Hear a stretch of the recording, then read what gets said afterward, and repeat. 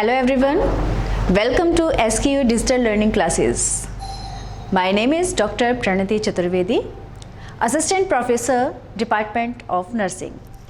आज हम बात कर रहे हैं बाल स्वास्थ्य नर्सिंग की।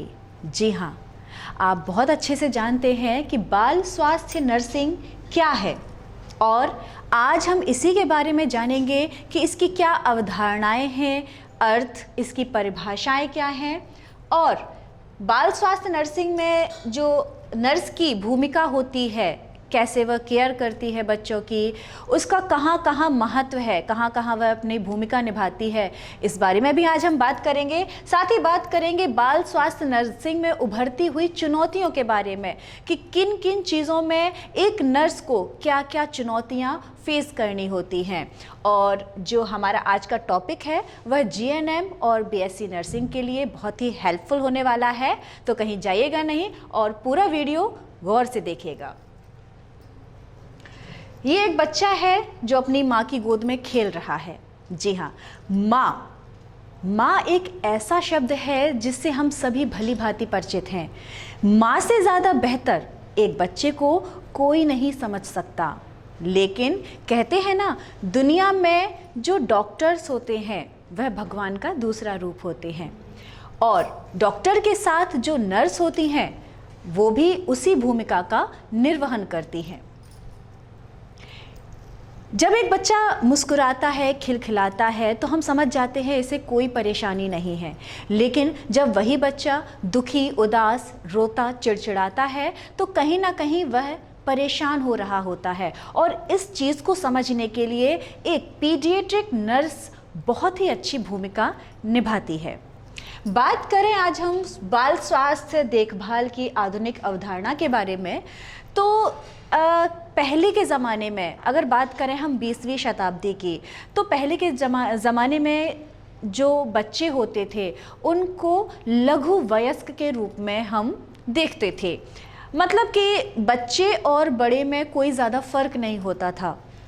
वही बच्चे को हम जैसे आज ट्रीट करते हैं कि छोटे बच्चों का विशेष ध्यान रखा जाता है, उनके लिए अलग खेलने की व्यवस्था, उनके लिए अलग डॉक्टर्स, सब कुछ अलग अलग, उनका एक विशेष उनके सोशल साइकोलॉजी को देखते हुए और उनकी केयर को देखते हुए आज डॉक्टर्स भी हैं, नर्सेज भी हैं। लेकिन पहले के ज़माने में ये सब नहीं होता था। तो 20वीं सदी से पूर्व तक के बच्चों को लघु वयस्क यानी मिनिएचर एडल्ट माना जाता था और उनसे बहुत छोटी उम्र से ही परिवार में काम में हाथ बटाने का या घरेलू कार्यों में परिवार के सहयोग के लिए और एक दूसरे से जो देखभाल की आशा की जाती है, वह ऐसी आशा उन बच्चों से भी रखी जाती थी जो लघु वयस्क होते थे। बीमारी की अवस्था में उनका वयस्कों के साथ जनरल ट्रीटमेंट होता था, जनरल डॉक्टर्स के द्वारा। पहले एक अलग व्यवस्था नहीं थी। जो डॉक्टर्स बड़े बच्चों का या किशोरावस्था के बच्चों का ट्रीटमेंट करते थे, वही छोटे बच्चों का भी ट्रीटमेंट करते थे।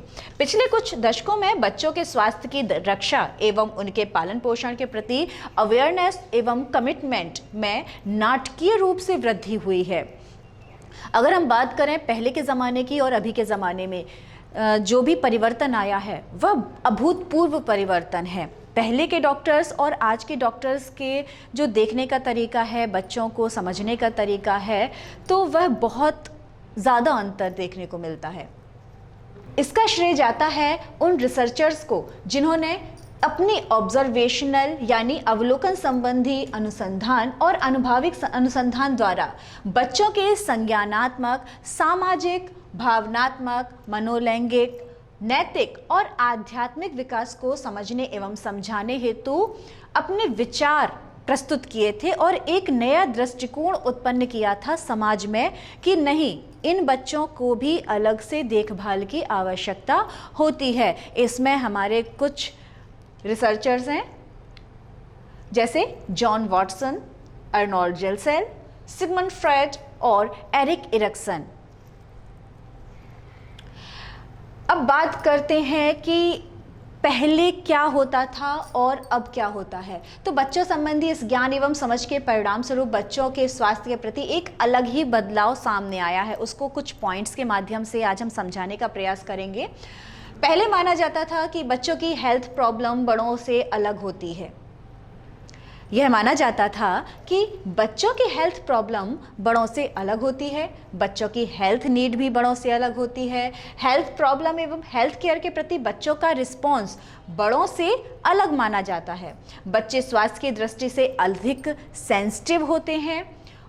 चाइल्ड हेल्थ एडल्ट हेल्थ का आईना होती है और बच्चों को बड़ों की तुलना में अधिक प्यार, देखभाल और सुरक्षा की आवश्यकता होती है। चाइल्ड हेल्थ के इस मॉडर्न कॉन्सेप्ट की वजह से ही चाइल्ड हेल्थ केयर के क्षेत्र में बहुत सारे बदलाव देखने को मिलते हैं। जैसे बच्चों के उपचार हेतु अलग हॉस्पिटल्स की व्यवस्था भी की गई, चाइल्ड केयर हेतु विशेष रूप से ट्रेन्ड डॉक्टर्स जिन्हें हम पीडियाट्रिशियन और जो नर्स होती हैं उनको हम पीडियाट्रिक नर्स के रूप में जानते हैं, उनके द्वारा उपचार और देखभाल किया जाता है। डिसीज ओरिएंटेड हेल्थ केयर के स्थान पर चाइल्ड सेंटर्ड हेल्थ केयर की व्यवस्था की गई और देखभाल की योजना बनाने एवं क्रियान्वयन में परिजनों की भागीदारी भी सुनिश्चित की गई। डॉक्टर एवं नर्स फोकस्ड ट्रीटमेंट अप्रोच के स्थान पर child health care team approach की व्यवस्था की गई। चाइल्ड हेल्थ के स्थान पर चाइल्ड डेवलपमेंट और चाइल्ड वेलफेयर पर फोकस किया गया। पहले क्या होता था, केवल अगर किसी बीमारी से बच्चा पीड़ित है तो केवल उस बीमारी से ही उसका देखभाल की जाती थी। अगर बुखार है तो बुखार किस वजह से है उनको जानने का कारण नहीं खोजा जाता था और ना आगे उसको फॉलो अप किया जाता था। ठीक है, अगर बुखार ठीक हो गया है तो उसको वहीं पे छोड़ दिया जाता था। लेकिन आज क्या है, बच्चे के पैदा होने से लेकर और जब तक वह किशोरावस्था तक नहीं आ जाता है तब तक उसके कहीं ना कहीं नर्स द्वारा उसका ट्रीटमेंट किया जाता है। ऐसे बच्चे जो अनाथ हैं, विस्थापित हैं, दंगा पीड़ित हैं या आपदा पीड़ित, झुग्गी झोपड़ी में निवास करने वाले, बाल मजदूर या विकलांग हैं, उनको एजुकेशन, ट्रीटमेंट और रिहैबिलिटेशन पर उनका विशेष ध्यान दिया जाता है। बच्चों को क्रूरता, शोषण, उपेक्षा एवं अवैध व्यापार के विरुद्ध कानूनी सुरक्षा भी प्रदान करना इसका एक मुख्य उद्देश्य है। अब बात करें हम इसके अर्थ और परिभाषा की, तो बाल स्वास्थ्य यानी चाइल्ड हेल्थ को निम्न प्रकार से परिभाषित किया जाता है। जैसे बाल स्वास्थ्य वह सीमा है जिस तक कोई बच्चा विशेष या बच्चों का समूह, जिसे हमने कुछ पॉइंट के माध्यम से समझाया है, जिसमें पहला पॉइंट है उनकी क्षमताओं के विकास एवं पहचान करने में, उनकी आवश्यकताओं की पूर्ति करने एवं उनके जैविक, भौतिक एवं सामाजिक वातावरण के साथ सफलतापूर्वक सामंजस्य स्थापित कर अपनी क्षमताओं के विकास करने योग्य होता है या बनाया जाता है। तो ये तो थी हमारी चाइल्ड हेल्थ की परिभाषा। अब बात करें बाल स्वास्थ्य विज्ञान की, मतलब पीडियाट्रिक्स। जो ये टर्म है चाइल्ड हेल्थ के पर्यायवाची के रूप में भी इसको इस्तेमाल किया जाता है और ये 3 ग्रीक शब्दों से मिलकर बना है, paedia, iatric and ics. Paedia means child, iatric means treatment और ics means branch of science. Science की ऐसी शाखा जिसमें हम बच्चों के उपचार से संबंधित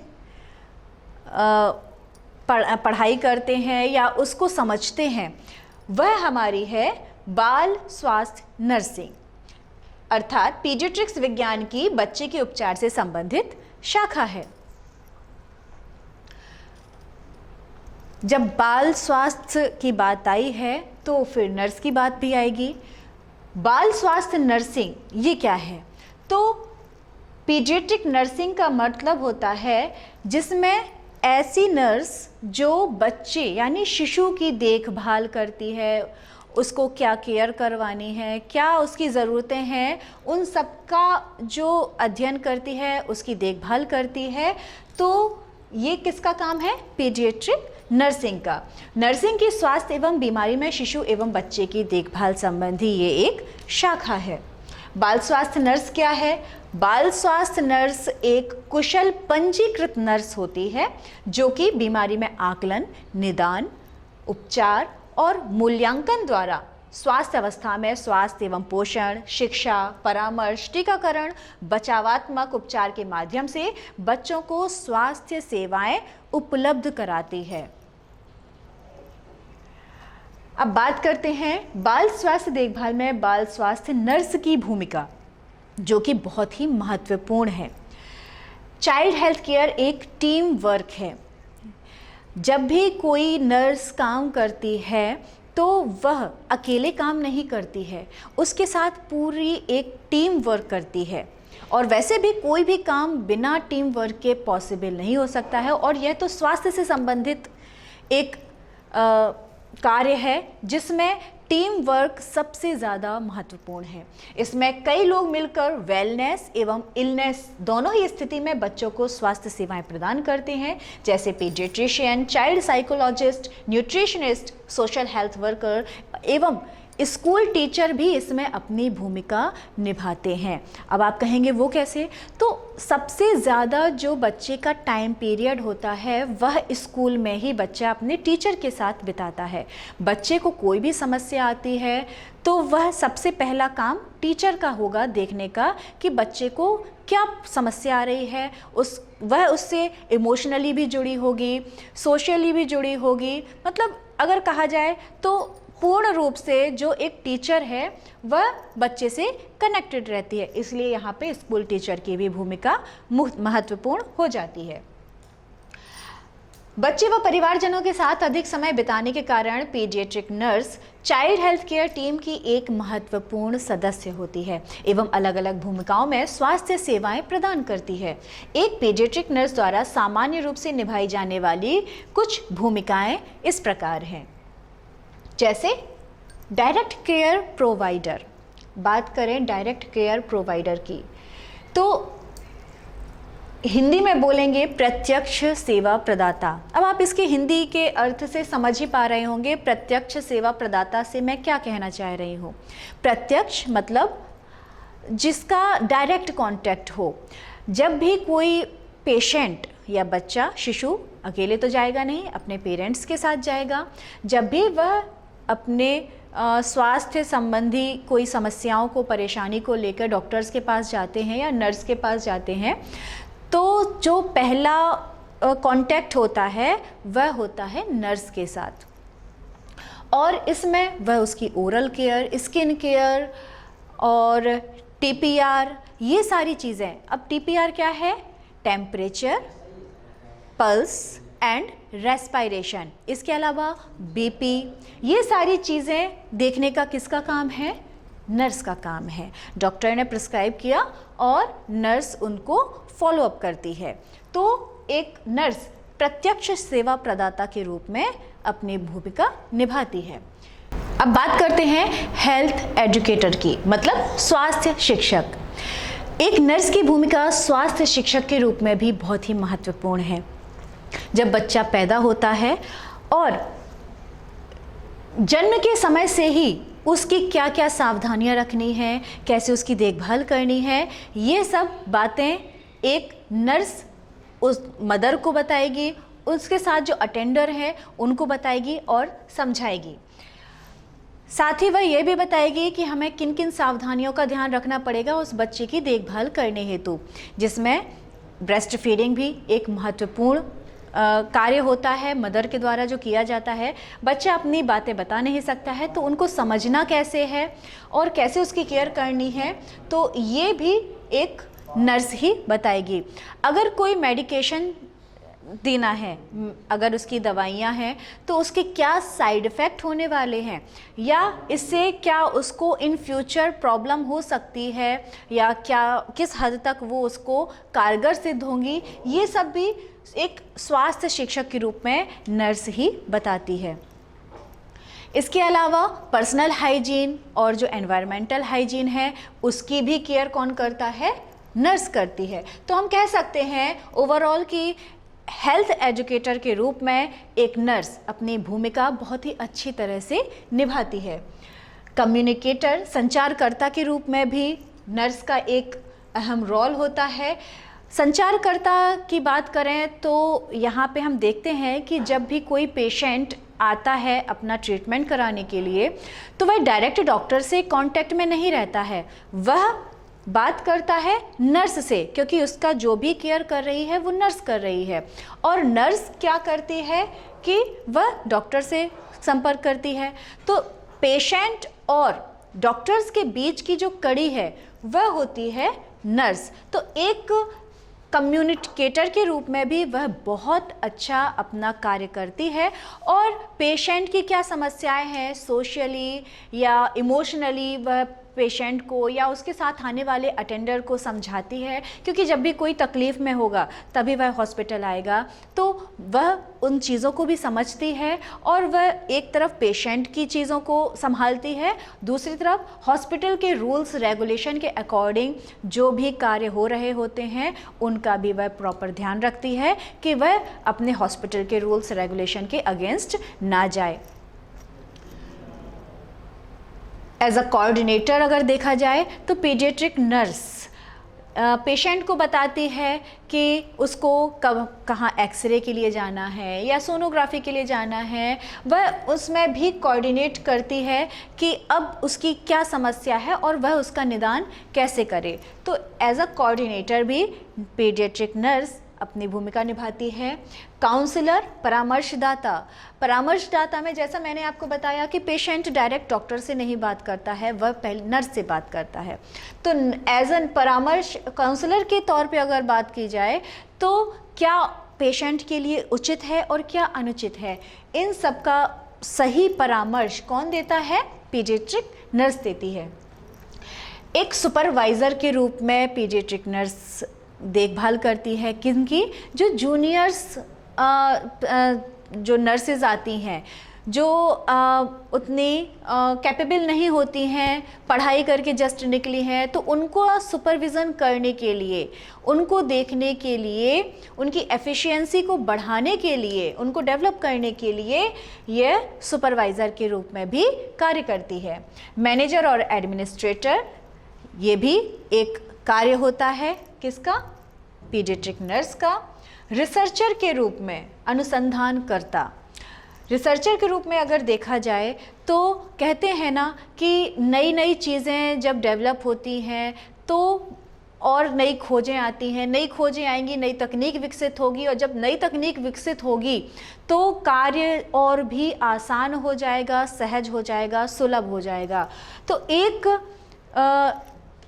पीडियाट्रिक नर्स को रिसर्च करते रहना चाहिए, शोध करते रहना चाहिए और नई नई चीज़ों की खोज करने से उसका जो ज्ञान है उसमें बढ़ोतरी होगी और वह नई चीज़ें करेगी तो आगे मेडिकल जो लाइन है उसमें वो सभी के लिए हेल्पफुल रहेगा। एक प्रैक्टिशनर के तौर पे देखा जाए तो पीडियाट्रिक नर्स को जो मास्टर है नर्सिंग में या जिन्होंने डॉक्टरी की है नर्सिंग में, वो प्रैक्टिस करने के लिए एलिजिबल होती हैं। तो ये तो थी एक पीडियाट्रिक नर्स की भूमिका। अब बात करते हैं उनकी चुनौतियों की, किन किन चुनौतियों से एक पीडियाट्रिक नर्स को सामना करना होता है।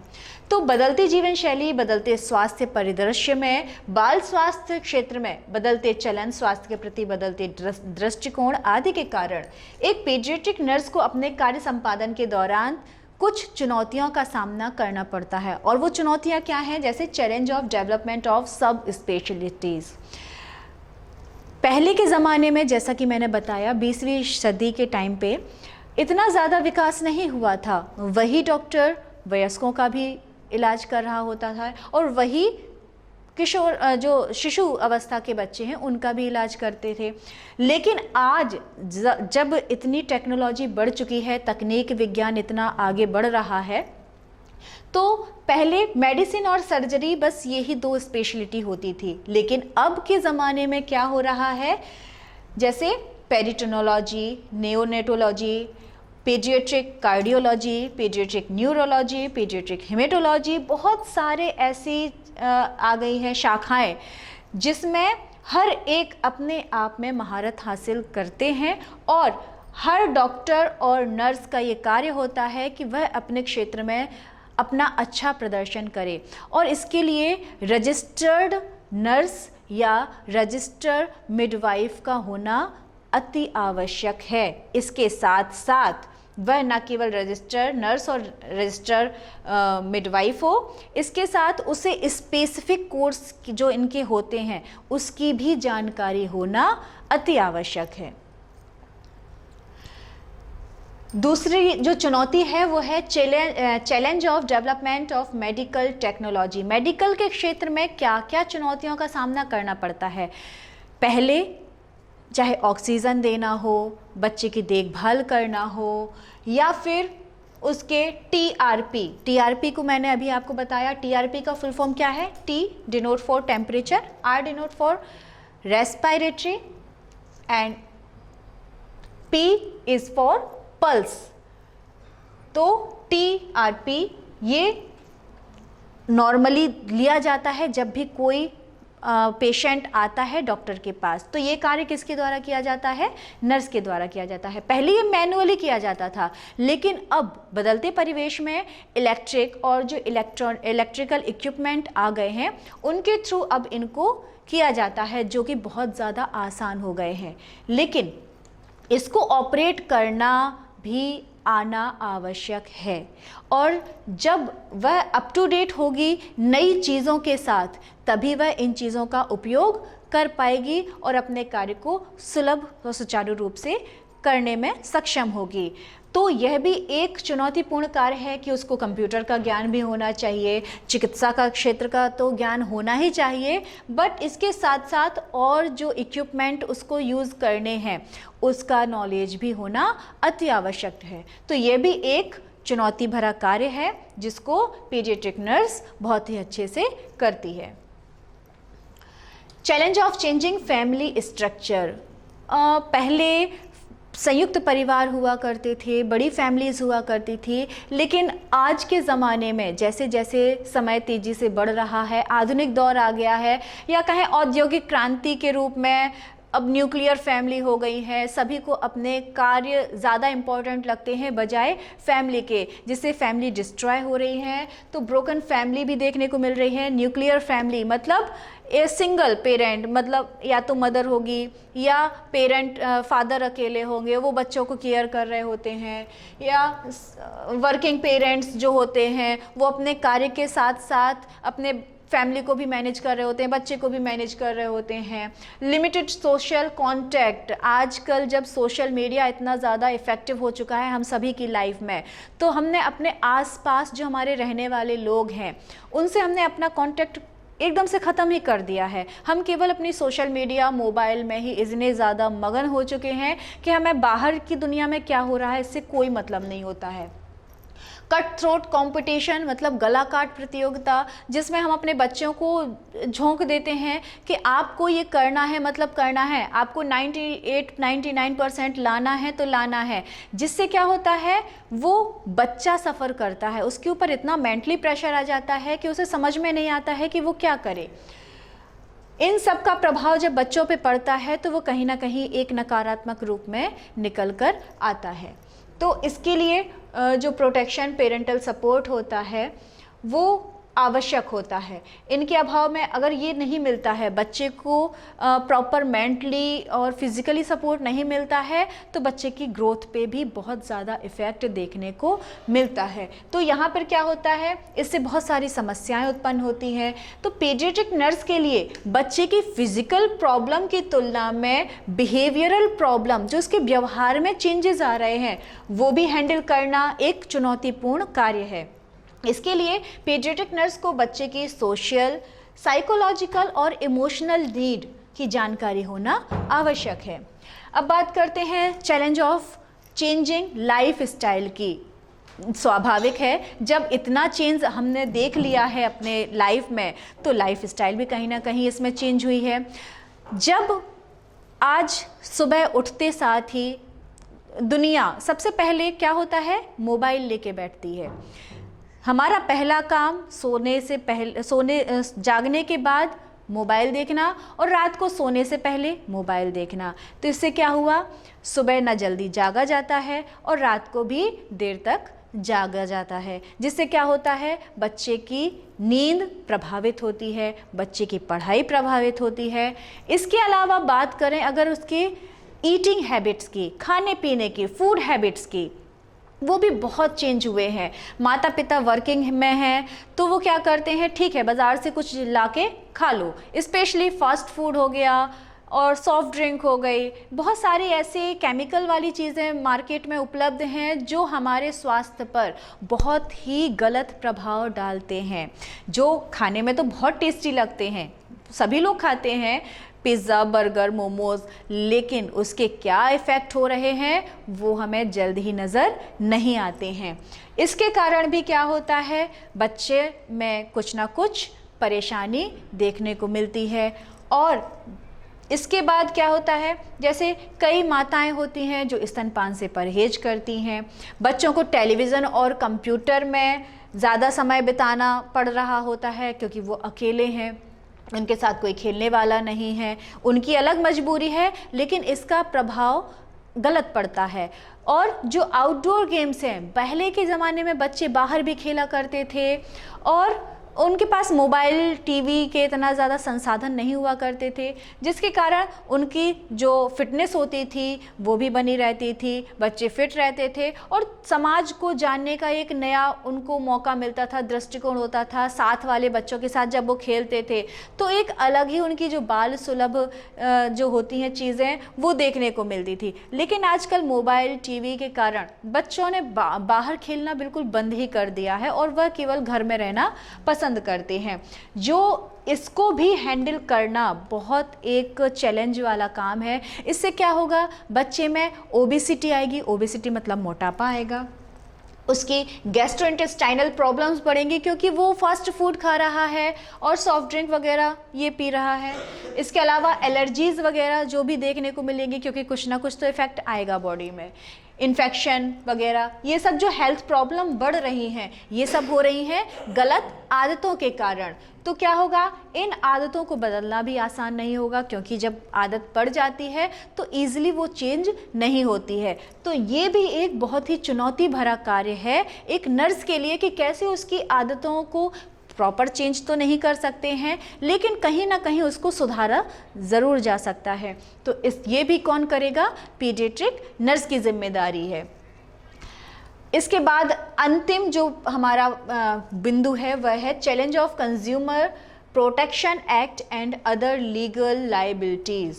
मतलब क्या है कि जब भी कोई नर्स काम कर रही होती है तो उसको लीगल एक्ट जो हैं उनकी जानकारी होना भी अति आवश्यक है, केवल मेडिकल फील्ड की जानकारी होना आवश्यक नहीं है।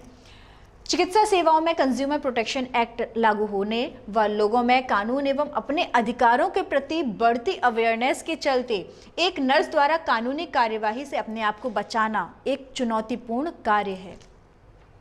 इसके लिए एक पीडियाट्रिक नर्स को न केवल कानूनी प्रावधानों की जानकारी रखना आवश्यक है बल्कि आईएनसी द्वारा घोषित कोड ऑफ एथिक्स एवं कोड ऑफ कंडक्ट, डिपार्टमेंटल एवं इंस्टीट्यूशनल रूल्स एंड रेगुलेशन आदि की जानकारी होना भी ज़रूरी है, साथ ही इनका पालन करना भी ज़रूरी है। तो मेरे ख्याल से आपने ये समझ लिया होगा कि एक पीडियाट्रिक नर्स की क्या भूमिका है, क्या उसको करना है, क्या नहीं करना है, क्या उसके लिए चैलेंजिंग वाला काम है, ये सब आज आपने जाना और मेरे ख्याल से आपके लिए हेल्पफुल रहा होगा। धन्यवाद।